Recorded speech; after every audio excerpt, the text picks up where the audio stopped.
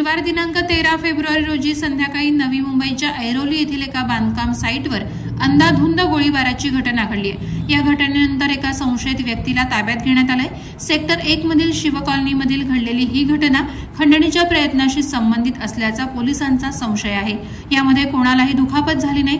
पोलिसांनी याबाबत तपास सुरू केला। इमारतीच्या बांधकामाची देखरेख करणारे स्थानिक बांधकाम व्यावसायिक सुधीर हरिभाई शर्मा यांना घाबरवण्यासाठी त्यांच्या साईटवर हा गोळीबार झाल्याचं बोललं जात आहे। गोळीबार झाला तेव्हा शर्मा त्या ठिकाणी नव्हते, ते ऐरोलीच्या दुसऱ्या भागात त्यांच्या कार्यालयात होते। घटनेची तक्रार आल्यानंतर शर्मा यांनी एका संशयिताची ओळख पटवली असून एकाला ताब्यात घेतल्याचं पोलीस उपायुक्त पंकज डहाणे यांनी सांगितलं। पोलिसांच्या मते हा खटला खंडणीचा असल्याचा संशय आहे।